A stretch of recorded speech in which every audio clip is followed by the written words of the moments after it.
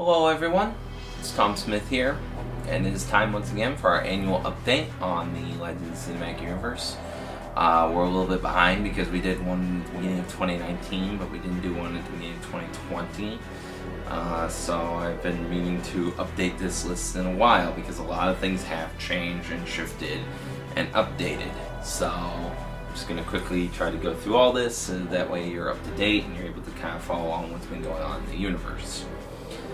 So, to start off with, in case you don't know, the Legends Cinematic Universe was a cinematic universe that a bunch of YouTubers created. We kind of came together with a bunch of our action spy characters and said, what if they all exist in the same universe? And there were effects from different films, there was a bit of crossover, mentionings, and that sort of things that are happening that's really affecting like the entire universe. So like one character could kill a character from an organization, so that organization then dissolves, but where did the people from the organization go? Well, they joined this group, and that's why this group's more powerful. You see a lot of examples of that in the later Lost Scene movies, especially the Lost Scene 5 Retribution. There's a lot of LCU references because it actually helped make the story a little bit stronger in explaining why everything was happening the way it was happening in that movie. So the more you know about the LCU, the more you're able to kind of appreciate, just how the universe works. And so, obviously watching to the films, you kind of see all the connections and stuff. And we're hoping to post up more and more stuff so you can kind of understand everything about the universe. I want to keep growing it, making it more understandable where it's not just like guesswork. I'm trying to work right now on a website that will have like everything listed, timeline stuff. As much stuff as we're willing to post, because obviously certain things will not be posted because we're trying to not, spoil everything. But obviously, eventually, I'd like to post up a nice timeline, bios, and all the characters, so you can kind of get the understanding how the universe works, all the characters in it. But we will start with the first update, the first major update, the roster. We have divided up the roster now, because we've grown from the 10 heroes we had in the last video quite a bit from that, and so we decided to change up how we list them. So right now there is a list. There's the Legends. That's 5 characters. They have the most films, they have the largest series, they have the most influence on what happens inside the universe.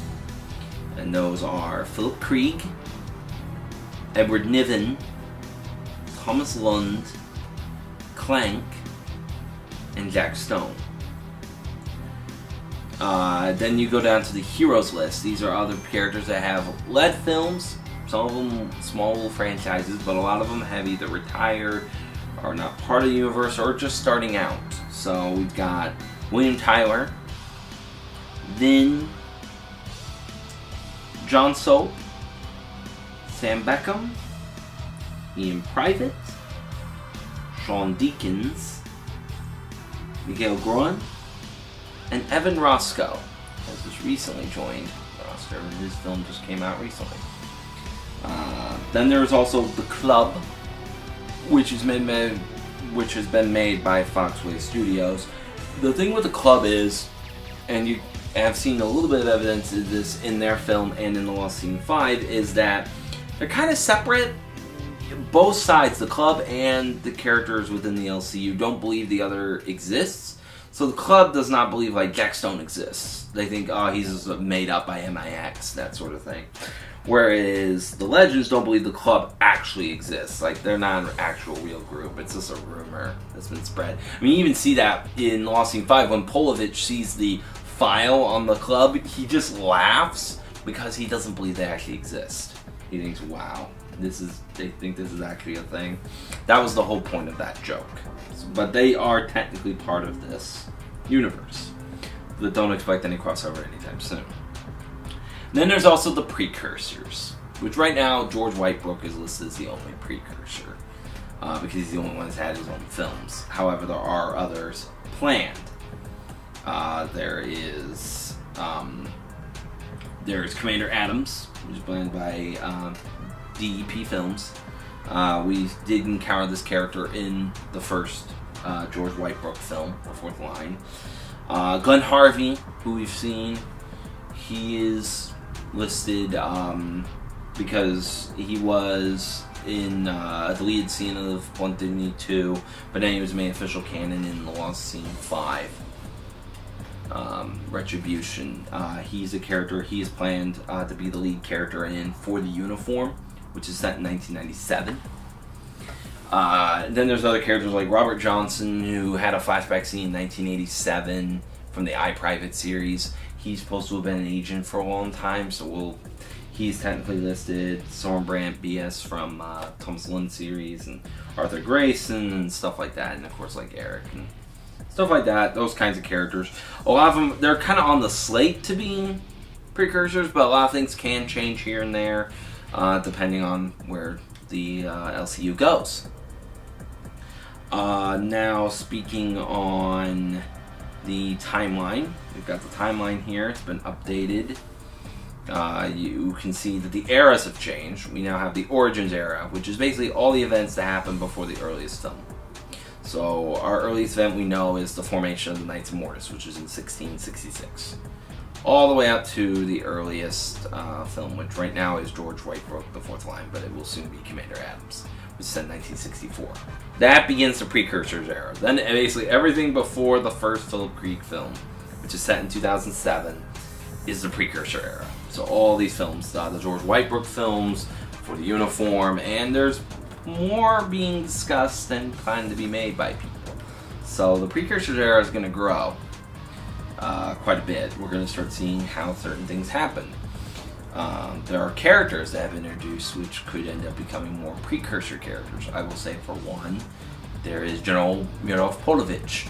He showed up in the Lost Scene 5 Retribution, but he is actually more of a Precursors era villain. So we might see him in like For the Uniform and stuff like that. That is my plan with that character, is that he might show up in more of the films set in the 80s and the 90s as a villain.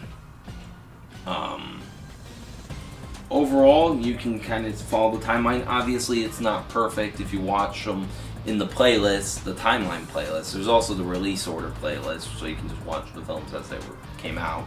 If you watch the timeline, obviously there's some breaks here and there where it doesn't quite match up, because you got like the Lost Scene 3, its opening and ending scene are actually after the Lost Scene 2.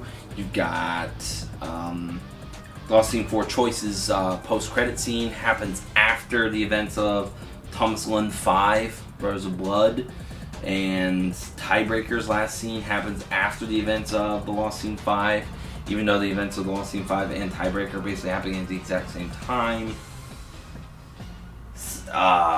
And then the post-credit scene of the Lost Scene 5 happens after that scene, Tiebreaker. So putting it all together, it would be interesting to see everything in full chronological order. That would be a tough video to put together, a very long video to put together, but eventually I'd love to discuss all the events on a video, to discuss everything, how it happened, in the order it happened.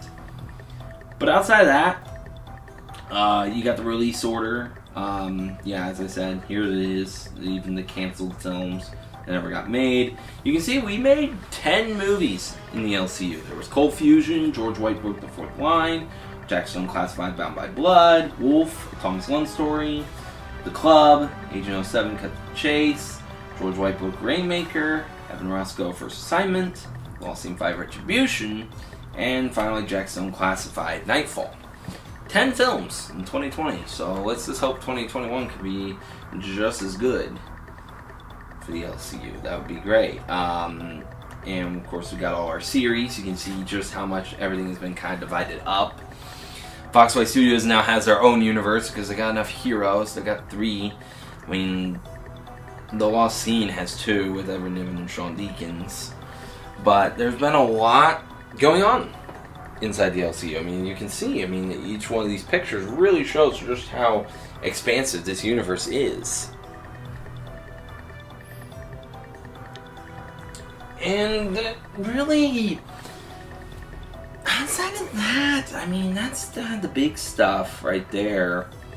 Like I said, I want to try to build up some more stuff. We got our Facebook page, which you can check out. Feel free to ask us any questions. Let us know what films you really like. Let us know what characters you really like. What else you'd like to see in the universe. We love the feedback. All of us guys are really trying to keep building this universe up. Hopefully I can get the website going good. That'd be great if you guys do enjoy seeing some of the nuances and how it's been built. I mean, we can look at the fact that Evan Roscoe is the first hero to be introduced inside the Mortis era. All the others, I mean, you got the precursors introduced in the precursor era, obviously, but you got everyone else introduced in the Legends era.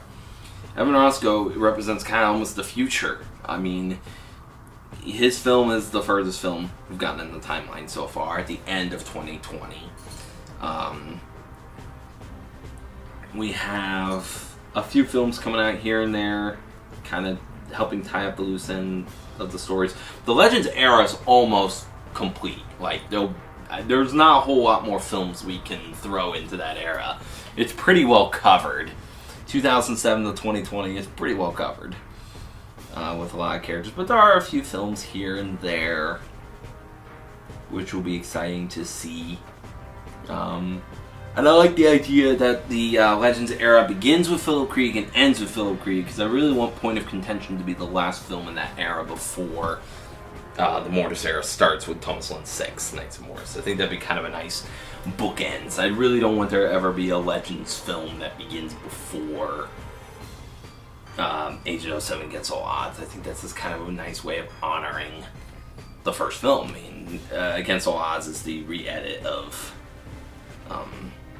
Now or Never and a lot of the early Phillip Krieg films, so I think it's only best to just kind of leave that one alone. But yeah, we've had a lot of characters, and they all have